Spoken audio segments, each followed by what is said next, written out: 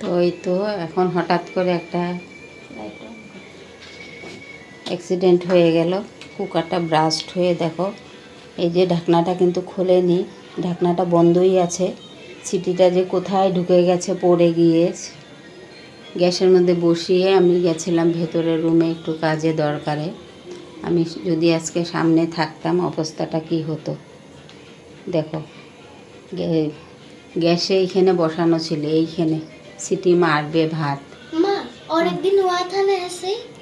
আর cooker এসে গ্যাসের থেকে এসে এইখানে পড়েছে। অবস্থা দেখো একদম দরজা টরজা একদম নেটের উপর পর্যন্ত চলে গেছে ভাত। কি অবস্থা কি অবস্থা! ইস, আমি কি করে এগুলি পরিষ্কার করব এখন? এই দেখো একদম সামনে ভাত ভাত, শুধু ভাত হয়ে গেছে। কারণটা বুঝতে পারছি না কেন যে এই যে সিটিটা পড়ে আছে এখানে দেখো অবস্থা, সব সব নোংরা হয়ে গেছে। আমি কি করে, হ্যাঁ ইস রাম, আজকে আমি এখানে সামনে থাকলে আজকে মারাই যেতাম। এই যে দেখো টয়লেট ওয়াশরুমের দরজাতে পর্যন্ত চলে গেছে ভাত। ইস রাম, এই যে ওয়াশরুমের দরজার মধ্যে পর্যন্ত ভাত চলে গেছে। এই অবস্থা, কোথায় রান্নার গ্যাস আর কোথায় ওয়াশরুম দরজায় ভাত চলে গেছে। উফ, আজকে আমি এখানে থাকলে আজকে মারা পড়ে যেতাম। ভাত কখন পরিষ্কার করব বলো একটু তোমরা? ইস, ভগবান ভগবান, পরিষ্কার তো করে নেব, কিন্তু এখন রান্না করব কখন? দেখো কালকে সকালেই আমি তাড়াতাড়ি উঠে হসপিটালে যাব, আর এই অবস্থা আমার সাথে দুর্ঘটনাটা ঘটে গেল। কুকারটা আমার ছুঁতেও এখন ভয় লাগছে যে আমি কি করে ছুবো। তো চলো কি করবো, আর করার কিছু নেই। কোথার থেকে পরিষ্কার করব জানি না। এই ভাত, সারা ঘরে ভাত ভাত ভাত, কোথার থেকে আমি পুজবো আর মুজবো জানি না। দেখো অবস্থা, এই যে ভাত ছিটিয়ে আমি এগুলি কখন পরিষ্কার করব, এখন আবার কখন রান্না করব, কখন রান্না বসাবো। কি অবস্থা! কুকারটা আমার কি হলো? ভালো কুকার, কোনো কিচ্ছু নষ্ট হয়নি, একদম ভালো কুকার, সুস্থ কুকার। হ্যাঁ বল।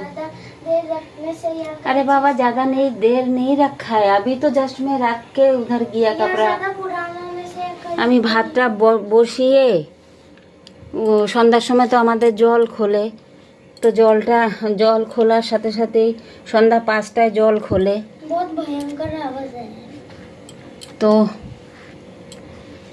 জল খোলার পরে যেটা হাতে কাচার ওটা হাতে কাচি, যেটা কি বলে ওয়াশিং মেশিনে কাচার ওটা ওয়াশিং মেশিনে দিয়ে দিই।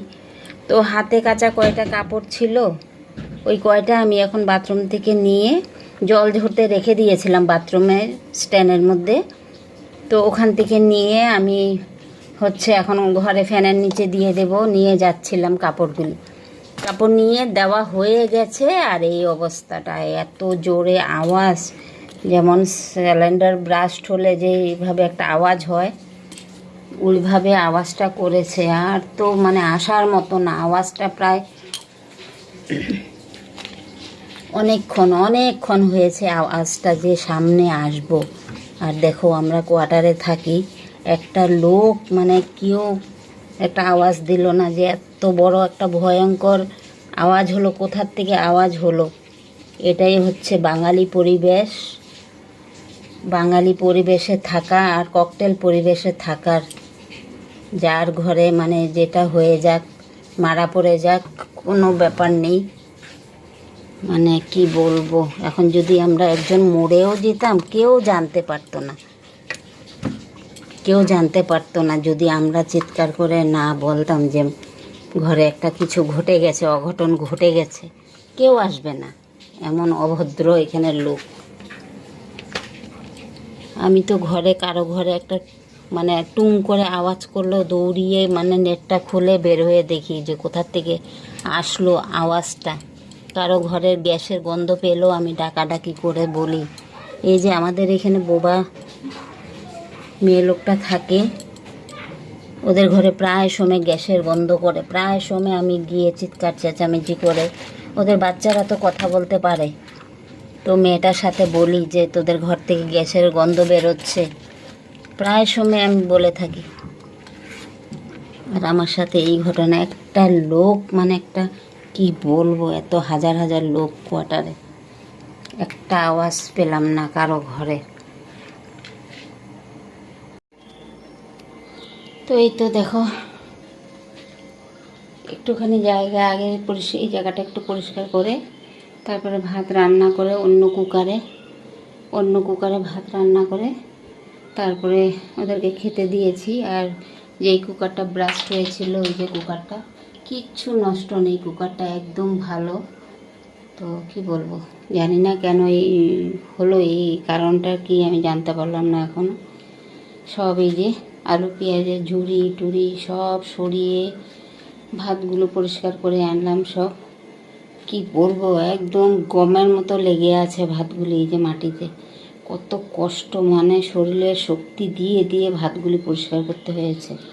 সব পরিষ্কার করে নিয়েছি, সব সরিয়ে তেলের জারটা, রিফাইন তেল, সরষের তেলের জার, এই যে জলের ফিল্টার, সব কিছু, মানে কি বলবো। এখনও কিন্তু গ্যাসটা মোছা হয়নি। গ্যাসের ওই পাশে দেখো, দেখাচ্ছি একটু, ভাত পড়ে আছে কিভাবে, ওই যে দেখো, এগুলি মানে এতটাই শক্ত হয়ে আছে, কিভাবে যে আমি পরিষ্কার করব। জল দিয়ে চেপে দিয়েছি, পরিষ্কার করব, ওটার মতো জল মেরে মেরে রেখে দিয়েছি। তো এখন এটা পরিষ্কার করব। কি যে আজকে একটা দৃশ্য হলো, আর বলার মতো নেই। আর বেসিনে তো ছোট জায়গা, এখানে তো বড় কিছু ধোয়া যায় না। এই যে জলের বোতলের মধ্যে সাদা হয়ে গেছিলো সবগুলি বোতলের মধ্যে, এই যে বাকেটের মধ্যে মানে টুকটাক জিনিসপত্র রেখে দিই আর কি। এই যে সব ধুয়েছি, বাইরে দিয়ে দিয়ে ধুয়েছি, বাইরে দিয়ে তো ভরেছে। এই যে সব জিনিস রেখে দিই এখানে, আটার ডিপ কোটাটা সব কিছু মানে সব ধুয়েছি। এতটা গরমে আমি পাগল হয়ে গেলাম। তো চলো গ্যাসটা মুছে নিই, আর জায়গা মতো এখন জিনিসগুলো রাখতে হবে। আর এমনি সব ক্লিন হয়ে গেছে, টেবিল সকালে টমেটো সব পরিষ্কার করে নিয়েছি। আর হাঁড়ি কড়াই তো মানে ভাতের তো আমি কুকারেই রান্না করি, তো ভাতের কুকারটা আর কড়াইটা কিন্তু আমি মাজি না রাত্রেবেলা, এটা সকালে মাজবো। মাজতে নেই ভাতের হাঁড়ি বা কড়াই, রাত্রেবেলা মাজতে নেই, তার জন্য মাজি না। আর এমনি সব ডিপ ক্লিন হয়ে গেছে একদম, সব মুছে টুছে একদম পরিষ্কার করে নিয়েছি।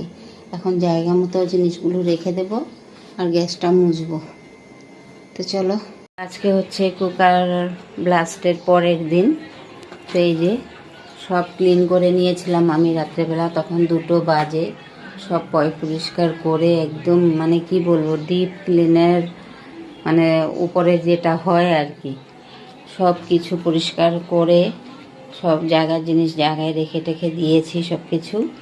আর এই যে তো এখন তো উঠে বাসি কাজটা সেরে বাসি চেঞ্জ করে এসে মেয়েকে গরম জল করে দিলাম, আমিও খেলাম, ওর পাপাকেও দিলাম। তো চাটা করে আমাদের খাওয়া হয়ে গেছে। এখন যাব হচ্ছে আমরা হসপিটালে, ওর পাপাকে মানে চোখের ডাক্তারের কাছে। মেয়ে নিয়ে গেছিলো 10 দিন আগে, তো বলেছে আবার 10 দিন পরে গিয়ে চেক আপ করাতে। আর চশমা তো আগেরটা চেঞ্জ করে দিয়েছে, তো চশমাটাও আনতে হবে। আর এই যে চায়ের বাসন টাসন ধুয়ে একদম সব কমপ্লিট হয়ে গেছে। এটা হচ্ছে দুধের বাটি, তলায় আছে চায়ের বাটি। চাটা খেয়ে আমরা একদম কমপ্লিট। এখন যাব ঝটপট চানটা করেই চলে যাব, পুজো তো দিতে পারবো না, আমাদের মানে যে কোনো একটা কারণে আর কি পুজো দেওয়া এখন আজকে বন্ধ। তো কালকে পরশুর থেকে ধোয়া কাচা করে নেব, ধোয়া কাচা করে তারপরে ফ্রেশ হয়ে চুল টুল ধুয়ে, তার চুল টুল তো আমি মাঝে মধ্যে ধুয়েই নিয়েছি। আমি অতটা আর মেনে উঠতে পারি না, এত গরমের মধ্যে চুল না ধুয়ে কি পারা যায় শ্যাম্পু না করে। তো আমি 2-1বার আমার ধোয়া হয়েও গেছে, চুল শ্যাম্পু নাকি করতে নেই, তবু আমি করে নিয়েছি, জানি না কি হবে। তো চলো চানটা করে নিই, চান করে রেডি হতে হবে। আর কিছু আজকে খাওয়া দাওয়া হবে না এখন। মেয়েকেও দুধ আর কর্নফ্লেক্স খাইয়েছি, অনেকটা দূর যেতে হবে, কি বলবো, যেতেই 1 ঘন্টা প্রায় লেগে যাবে, 1 ঘন্টার বেশি লাগবে। আর আসতেও আবার 1 ঘন্টার বেশি লাগবে, আবার ওখানে গিয়ে ক ঘন্টা লাগে কোনো ঠিক ঠিকানা নেই। তো চলো চানটা করে নিয়ে, তো কথা বলতে বলতে মানে কি একটা এসে গেল মনে।